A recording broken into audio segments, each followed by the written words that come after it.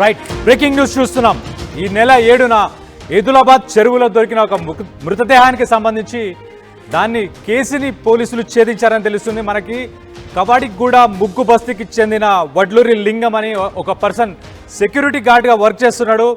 ఆయనను తన కూతురుకి సంబంధించి ప్రియుడు ఎవరైతే ఉన్నారో ప్రియుడితో సహా వాళ్ళిద్దరు కలిసి ఆయనని మద్యం అంటే కళ్ళు తాగిచ్చిన తర్వాత అలాగే ఆయనకు ఉరి వేసి చెరువు దగ్గర తీసుకెళ్లి చెరువులో పడేసినట్టు తెలుస్తుంది. దానికి సంబంధించి సీసీటీవీకి సంబంధించి ఏదైతే ఫుటేజ్ ఉందో ఫుటేజ్ ఆధారంగా పోలీసులు ఈ కేసును ఛేదించినట్టు మనకు అర్థమవుతుంది. ఈ మధ్యకాలంలో మనం చూసుకుంటే మర్డర్ చేసిన తర్వాత హ్యాపీగా కొంతమంది బెడ్ కింద పెట్టుకొని 2-3 రోజులు పడుకుంటున్నారు. మనం చూస్తే ఈ కేసులో కూడా అదే విషయం రిపీట్ అయింది. తండ్రిని చంపిన తర్వాత కూతురు బాయ్ ఫ్రెండ్తోని సెకండ్ షో సినిమాకి వెళ్ళి హ్యాపీగా సినిమా చూసిన తర్వాత రిటర్న్ వచ్చి ఒక క్యాబ్ని బుక్ చేసుకున్నారు. ఆ క్యాబ్ని బుక్ చేసుకొని క్యాబ్లో ఆ మృతదేహాన్ని కూడా క్యాబ్లో పెట్టుకొని చెరువు దాకా తీసుకెళ్లి చెరువు దగ్గర పడేయడం జరిగింది.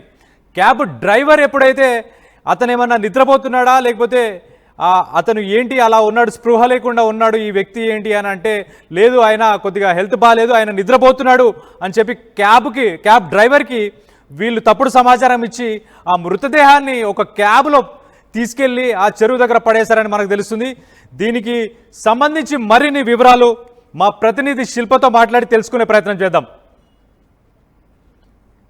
శిల్ప, చెప్పండి, అసలు ఈ కూతురు అలాగే బాయ్ ఫ్రెండ్ వీళ్ళు తన తండ్రితోనే ఉంటున్నారా, ఎక్కడ ఉంటున్నారు, అసలు ఈ విషయం ఎప్పుడు జరిగింది, దీనికి సంబంధించి కొన్ని డీటెయిల్స్ చెప్పండి.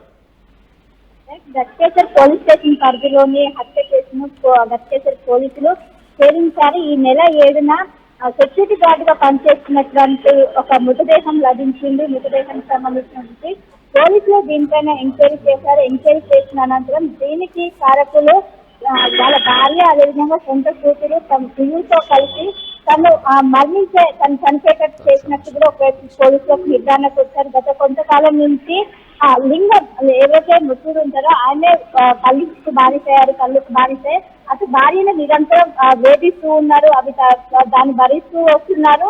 అందులో భాగంగా మనిష తన ప్రియుడితో కలిసి వేరే రూమ్ దగ్గర షిఫ్ట్ అయ్యి తను కూడా ప్రస్తుతం నివసిస్తుంది. అందులో భాగంగా చేస్తున్నటువంటి రోజుకి వాళ్ళ దాడి చేస్తున్నటువంటి వాళ్ళు భరించలేక ఒక రోజు వాళ్ళు కళ్ళకు బానిసపోవడంతో కళ్ళలో మత్తు మంది ఇచ్చి కళ్ళలో ఏదైతే విషం ఉంటుందో విషం ఇచ్చి అది తాగాక ఆయన మరణించేటట్టు కూడా చేశారు. కళ్ళలో విషం కలిసినట్టు కూడా తెలిసింది. అనంతరం ఆ డెడ్ బాడీని ఉరేసిన అనంతరం ఆ నుంచి ఆ బాడీని దగ్గరలో సమీపంలో ఉన్నటువంటి ఏదులాబాద్ చెరువులో క్యాబ్ బుక్ చేసుకున్నారు. క్యాబ్ బుక్ చేసుకొని అక్కడ నుండి వెళ్లి చెరువులో పడేసినట్టు కూడా తెలుస్తుంది.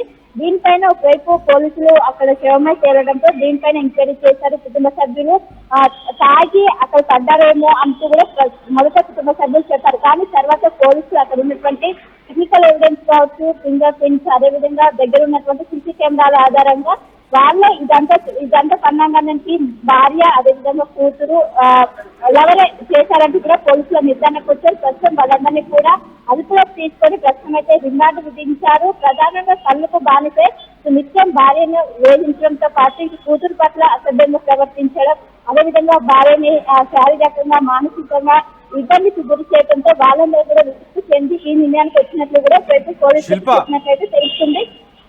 శిల్ప, ఆ అమ్మాయికి ఆల్రెడీ ఒక కూతురు ఉన్నదని తెలుస్తుంది. అంటే ఈ బాయ్ ఫ్రెండ్ ఉన్నాడు, మరి మొదటి భర్త ఉన్నాడా లేడా, అసలు ఆల్రెడీ పెళ్ళై విడిపోయిందా ఏంటి? రైట్, ఖచ్చితంగా తను డివర్స్ అయినాక వేరే అనుకుని సాధింపు చేసినట్టుగా తెలుస్తుంది.